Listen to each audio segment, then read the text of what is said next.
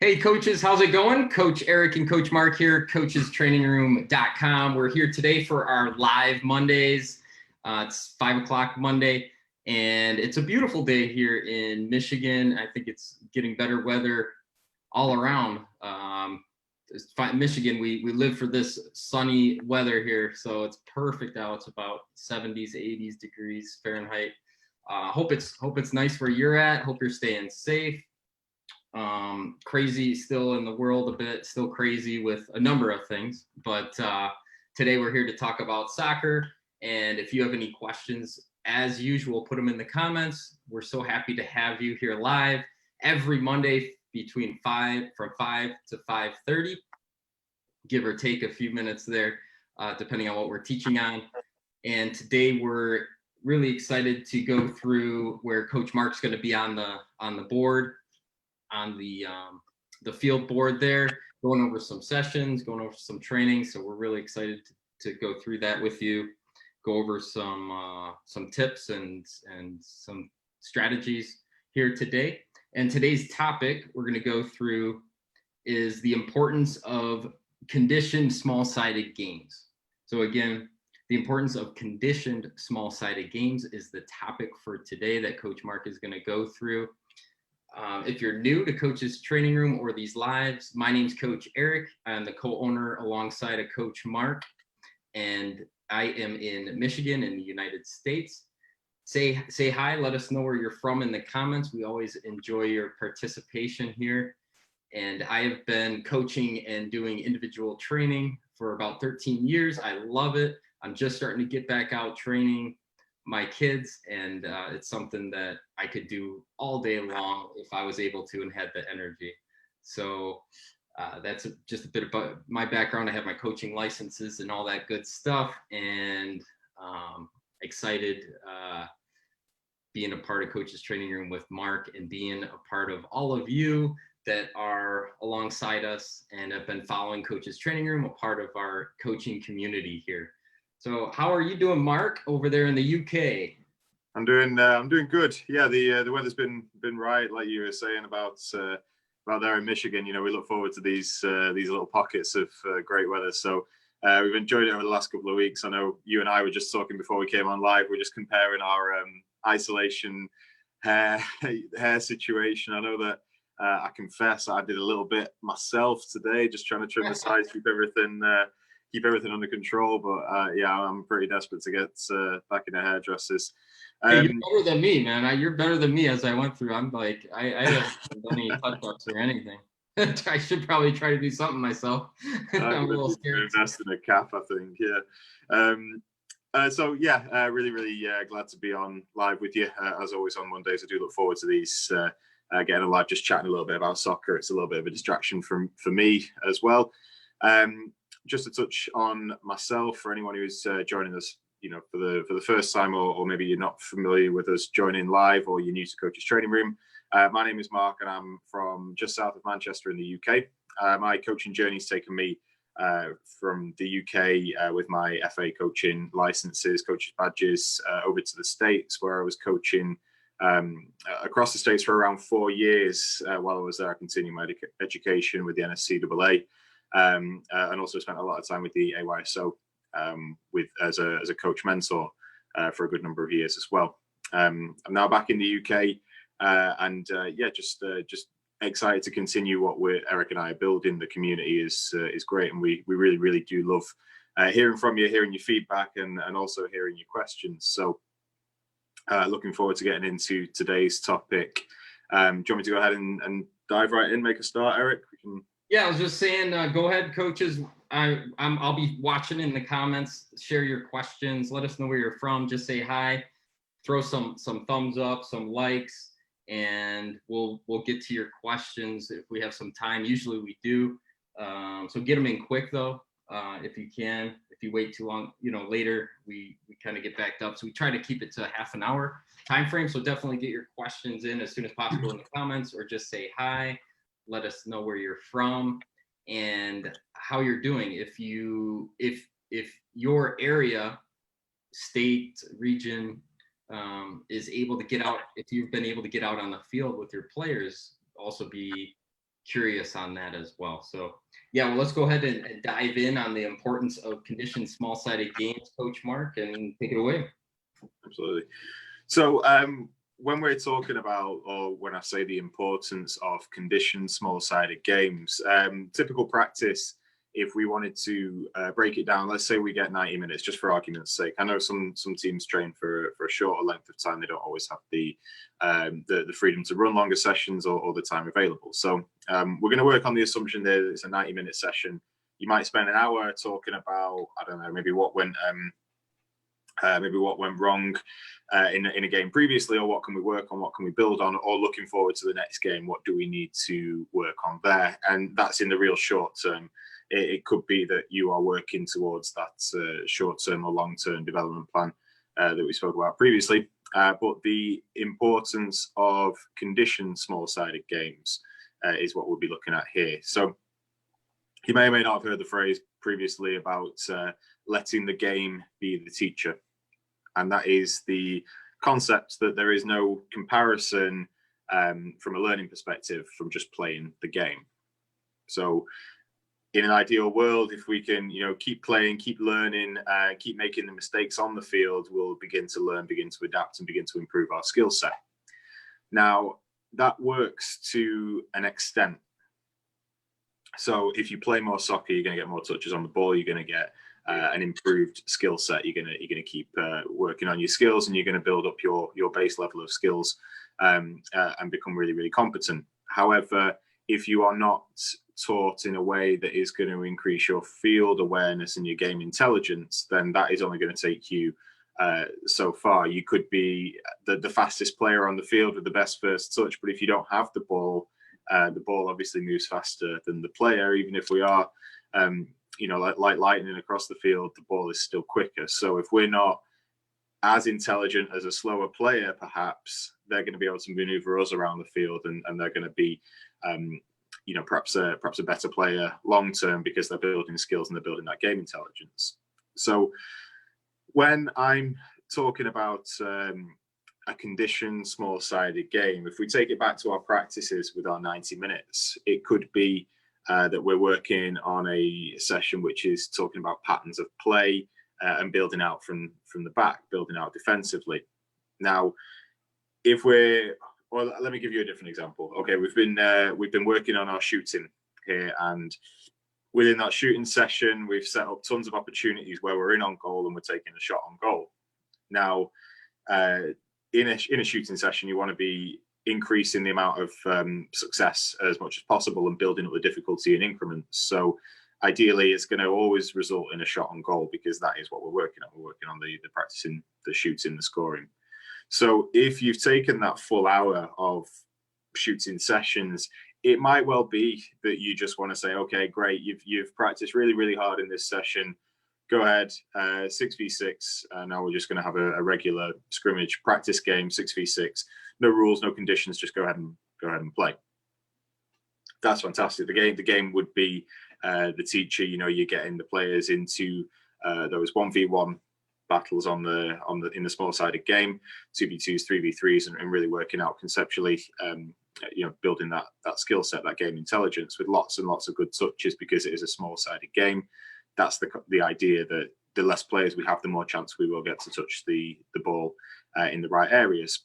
However, from a attacking perspective, I think that there are possibly ways that we could condition that game so that it is actually more beneficial for what we'd worked on for that entire session. We've worked on an hour for shooting, and now we're throwing ourselves into a game situation where it might end up with the ball played around at the back quite a lot. In the midfield, there might be a couple of turnovers in possession, and we're not actually shooting on the goal, which was what we just spent that last hour doing. So we're not really putting our skills into practice in the right environment. Whilst it's good to play the game, spend that half an hour, that 30 minutes playing the regular practice scrimmage, we're not actually shooting on the goal, which is what we've just been working on for the hour. And that is our time, for me personally, where I believe that we should be reinforcing those skills in the right situation.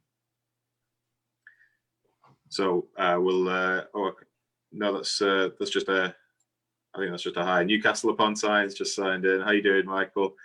Thanks for joining us. That's only a couple of hours away from me, so Glad to have you on board. Hey, Coach Michael, thanks for joining.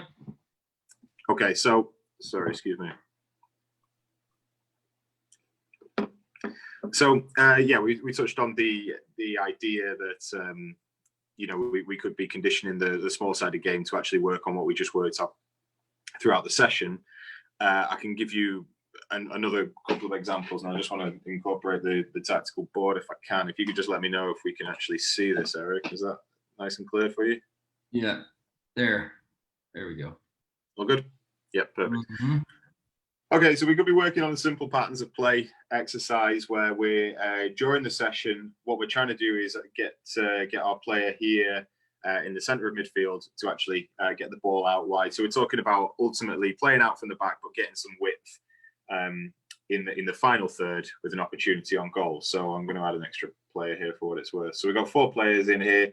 The simple pattern of play exercise would be out from our fullback into the player in midfield, out wide here with a delivery into the box for a shot on goal. So it's a really, really simple. It could be a case where you pass and you follow your pass. You might want to do it whereby the player here, so we receive the ball in the midfield, and this fullback actually makes the run up the field, makes an overlapping run to ultimately receive the ball back in that area. Be whichever way you will. You know, you can change the conditions of this game as you go. But then if we were to take this into a small-sided game now, and we're talking about the concept of playing the ball out from the back, if we just throw the players into would be a 5v5 situation here, so just get a couple more blue players in. If we're talking about getting the ball out to this player here, and we're not actually following through with the conditions that we've been working on during the session, and what I would, I just give you an idea as to what I'd be looking for here. We need to set some rules for player number 2. It's the number 2 for this example. Again, we're not using that. It's not a central midfield player, but just for argument's sake here. What I would be stressing throughout this particular session is to the player in the centre midfield is to make sure that they can see two corner flags. Okay, so if I'm talking to this player here and I've not, and they can only see these 2 corner flags here, so the two that our own 2 corner flags effectively, that means they can see our entire side of the field, but nothing in the end that we want to be playing the ball at. Okay, so now I want to talk about turning the body so that they can see the corner flag here and the corner flag here. Now they've got the whole pitch, whole field opened up to themselves. That's the sort of concept that I want to be carrying forward into the small-sided game. So opening their body, getting the body position right so that they're actually positioned sideways, nice open body shape so they can see the field. At that point, now we can start to receive the ball on the back foot and make that pass off nice and early. It's a nice positive movement. It might be that in the game, you make a quick, you have a quick discussion with them. I'm just going to add an extra, so make it 6v6 here, okay. In the game situation, it might be that that pass isn't on, but at least if I've got an open body position, I can see that this player here is putting too much pressure on me.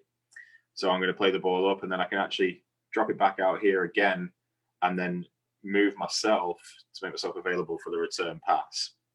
Okay.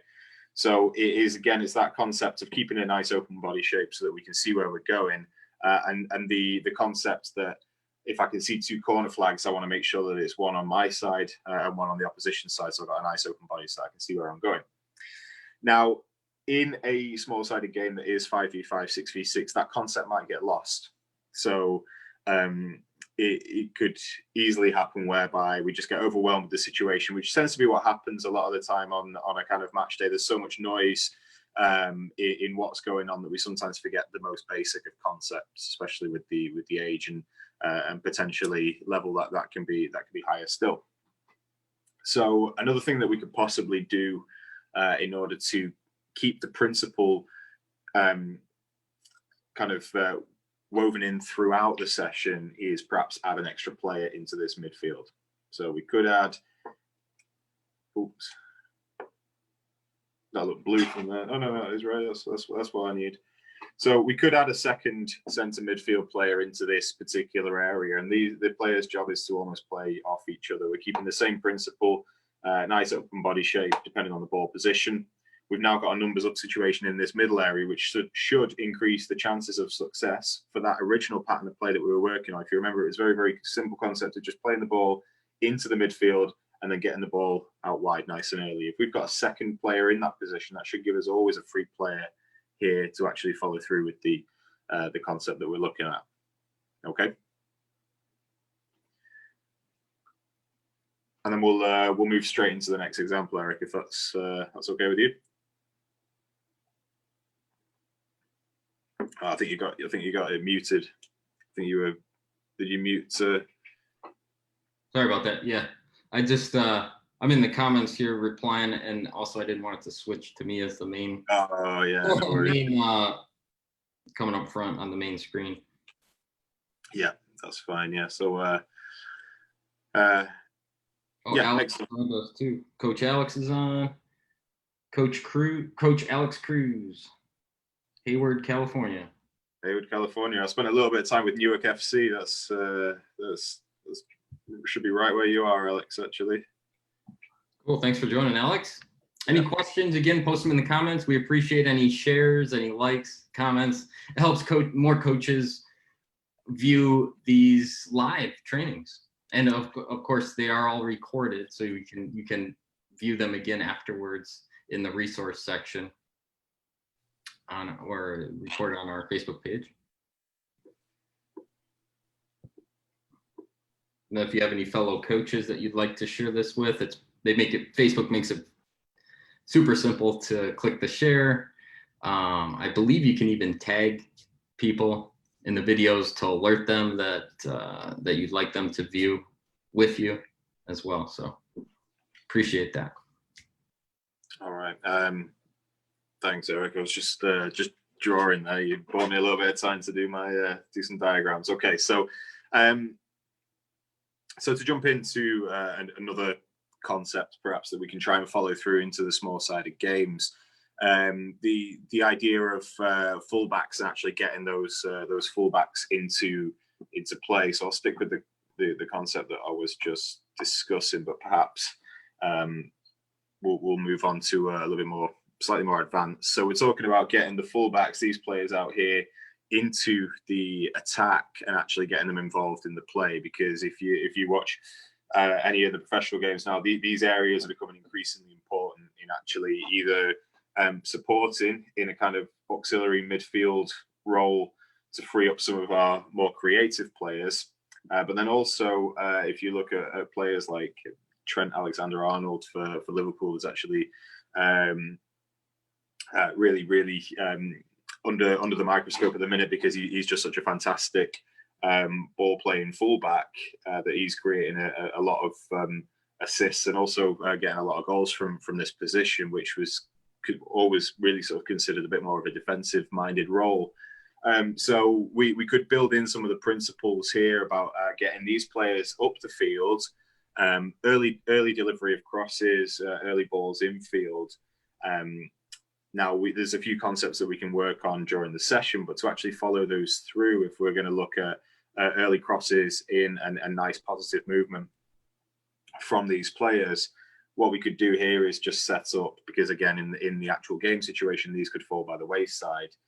I've set up 2 pop-up goals either side of the field here. So the main concept, of course, is a small-sided game, 6v6, 5v5, whatever it'll be, 4v4 even.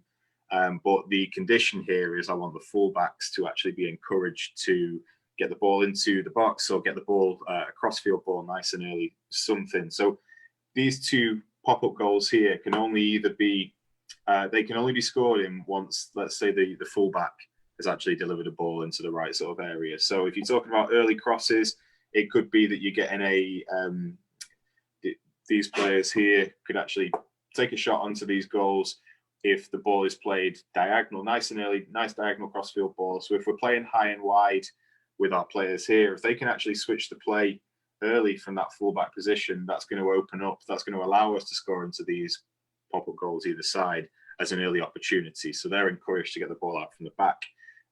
If it is they just want to play up, play through, they can still score a goal in its traditional sense. But any ball, so we should be alert to the balls played in from these fullbacks, because that's going to open up 3 scoring opportunities for us at that point. So it's just a way to condition us to actually get the ball to these players. These players can actually, you might want to condition it as well so that they can actually take a shot at the goal themselves from, from just inside the opposition half. So you're really, really encouraging them to get forward. At this point, once they enter it, let's say, I don't know, they can only shoot across field there. That's the sort of ball that we want to be picking up, because if we're trying to play nice, high and wide, they're the opportunities. That's where the area where our free players are going to be. And again, we talked about the auxiliary role of these players. So if we're pressed up nice and high and these players are tucking in this example, so we've actually pushed on our midfield players into these wider roles. If we can recycle possession through these players, again, it's going to be a nice, easy opportunity into these goals. So again, just a conceptual idea to actually get the players working, incentivizing the fullbacks to get the balls into the right areas, and also alerting the players who are nice, high and wide, and keeping that line there. They're going to be alert to that ball in from those players, because they realize that, okay, well, they can open up more opportunities for us. So it's really just incentivizing, keeping those players engaged, because they know that they've got an extra role to play. And also anyone who is waiting to receive a pass in the other half knows that if it's coming from that player, we should be nice and alive and alert, because that's an increase in scoring opportunities. I like the amount of choices, Coach Mark, on this, getting them to think of all the different opportunities here with the 3 goals and crossing the field. I mean, you have just so much creativity here, and then movement, creating space, making sure you're looking for cross field opportunities, keeping your head up when you're receiving the ball, quick 1-2s. Yeah, man, all you coaches seeing this, try this with your teams if you haven't already. Do we have this as an animated session yet, Mark? We don't, but I can put one together for this if you want, just something that's position specific. For sure, yeah, we could definitely. I know we have something similar with. Well, actually, we have a 4-goal one. I mean, this is more specific, but I like the options. The variety of options gets your players really thinking, and also challenges the defenders on that side. I like it as well on that side of things too. So yeah, keep an eye out, coaches. If we do put this into an animation, just keep an eye out. We'll make an alert so you know in the comments here. If you go ahead and post a comment or something, it'll alert you when we put it when we put that up in the near future. We got Coach Joshua. I want to give a shout out to Coach Joshua joining us as well.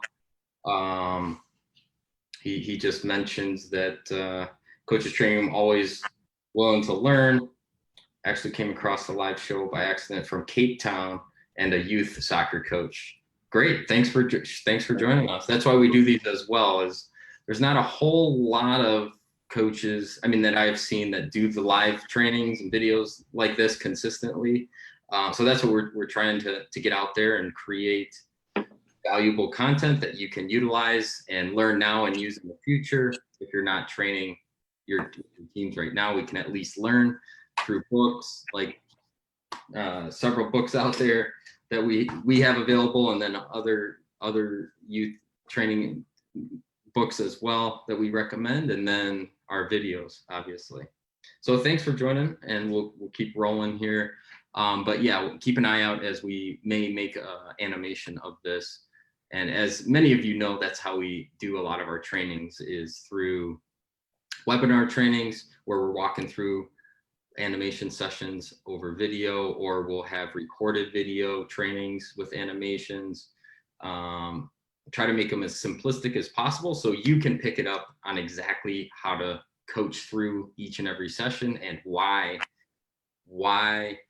the coaching points and the setup of each and every session. So we try to make that as simplistic as possible, just so you can get it quick and take it out on the field and get your teams utilizing it, and get them better as they go forward. So I don't see any questions. Feel free, coaches, to, if you have any questions, go ahead and post them in the comments, and let us know. I'm curious too, if any of you have started coaching your teams out on the field yet, because everything that's been going on. I know in Michigan here, they're not allowing teams yet out on the field, or at least they're not having games yet in Michigan. But I know in other states they're starting to. So they're not in the UK. They aren't, right, Mark? Yet. That's right. Yeah, there's nothing by way of, well, there's no sort of announcement yet as to to how we're going to do it, but certainly restrictions seem to be easing. I don't know if I think we might be skipping back into Eric. Can we put us side by side again? Is that an option on the? Oh yeah, sorry. Yep, I forgot to click that. There we go. Yeah. So yeah, there's no sort of announcement as to easing of restrictions. But yeah, we're hoping pretty soon we can start to get back on the field. Especially myself, I'm keen to get going again, as I know you are.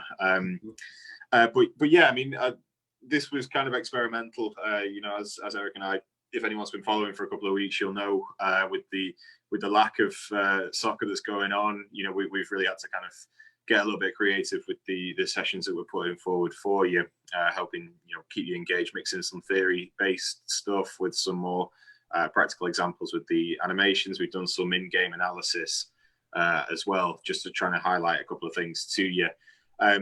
So if there's any feedback on this session is more than welcome as well. You know, it helps to mold the way we're going to go about it in the future, and just opens us up to new ideas. Again, we are a resource, but we're also only really anything because of the community that we have around us. So, you know, we do learn from you as well, and we take on board everything that you're suggesting.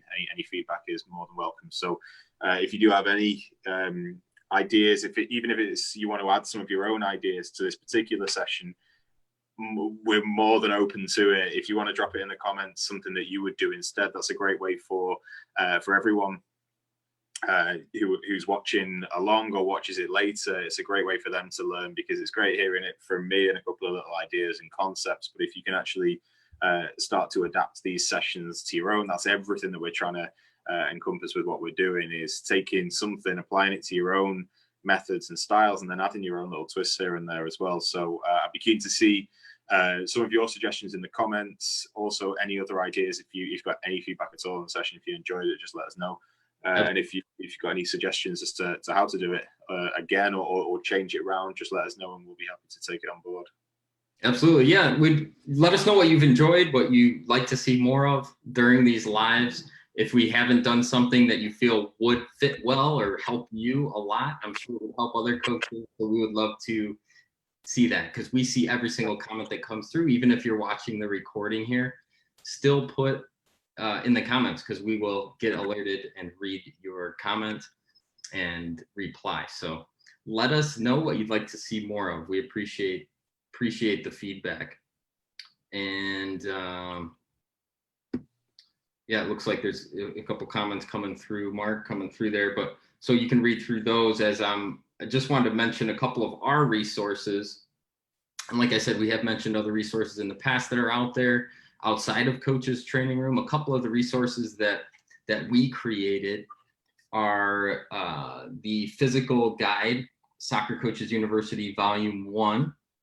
And this has done for you sessions inside of it with the layout, the plan right here, and the descriptions, the setup, how to coach through it. So we have that, Soccer Coaches University, and that you can find on Amazon at coachestrainingroom.com/SCU book 1, the number 1. So you can go there and grab this. It's on Amazon. I believe it's up there for like $9 or something. So you can get the physical copy. I know some of you coaches have wanted like the physical handheld guide, so you can hold on to it, make your notes and everything on there. So yeah, I totally understand those of you that like to have that physical guide. We also do have it in ebook format as well. There's the ebook option on Amazon. And then we also have our ultimate guide to U12 soccer teams. This is a big one. We got a lot of sessions in here. And if your age group is not U12, but right around U12, you still could benefit from this guide, as recommend checking it out. It has conditioning drills in here along with sessions as well. So everything from defending, passing, attacking, possession. So those are the 2 resources. And this one, the U12 one, can be found at coachestrainingroom.com/U12 book, I believe it is. Okay, I'll put the links in the comments below here so you can easily click. But coachestrainingroom.com/U12 book. All right, cool. Oh, I didn't know if you wanted to go over some of the comments or we'll go through them after, Mark, but it's up to you. I can just see here.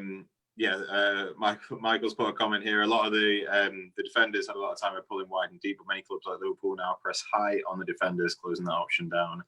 Yeah, that's the next code to crack, Michael. It's, ultimately it does free up space in the midfield if they are pushing high and wide. It will give you a spare man in other areas of the field, like if you were to play through the middle. But nobody yet in the Premier League this season has managed to crack that code. So I'm not going to try and give my take on it, Michael, because if Pep can't work it out, I can't work it out. They're particularly good at what they do. It's pretty special. Manuel in Arkansas, we do these every Monday at what time is it there? Is it 5 p.m. Eastern? Oh, here it's 5:30 right now. 5:30 Eastern, yeah. So we try and come online at 5 p.m. Eastern time every Monday for these, Manuel. We look forward to seeing you next week, and we will have other options to do like video screen shares, which we have done before. Yeah, don't forget you can go back to the archive, so you can watch the previous Monday's Coach Manual. So if you go to our page on Facebook, Coach's Training Room, you go to videos and you can watch the past live Mondays. So there's a lot of value in there. So you can binge watch them if you'd like, just like on Netflix. And Coach Joshua says no training at clubs, but private one-on-ones are going on. All right, cool. Well, thanks for sharing that. And what about video? Yeah, so all the videos, like I said, you can go on the Facebook page, Coach Manuel, and watch the past archives. And then there's also some webinars in there too, that you can check out. All right, excellent. All right, Coach Mark, anything else for today? No, that's everything from me. Thank you for the questions, feedback, anything that you've got there. It's great. It's great for me to talk through, but then it's also great to have a little bit of debate, have a little bit of chatter with you guys in the comments. So thank you for anyone who's posted anything, and we look forward to seeing you all next week. Yeah, that's what it's all about. We enjoy it. We like seeing your comments. That's what makes this happen. We share some concepts, some strategy. You pipe in and share your comments, your feedback. That's what makes this exciting. That's what makes this exciting for us and for other coaches watching live is your participation. Whether it's something you disagree with or agree with, we want to hear both sides of it. We appreciate that, and we hope you're being safe, okay, and following what your community, your state or community rules are right now. So stay safe out there. Keep a lookout for the links to the guides here in the comments, and hopefully I can get a haircut. They're supposed to be opening up next week, I believe, because I really need one. I've never gone this long without a haircut, and the haircut person won't come to our house, so I have to wait. Anyhow, that's it for now. We'll see you, coaches, Monday, 5 o'clock every week. Put it in your calendar, make an alert, follow our lives so it alerts you. Have a great one, and we will see you next week, Monday, 5 p.m. Eastern Standard Time. Bye for now. Have a good one.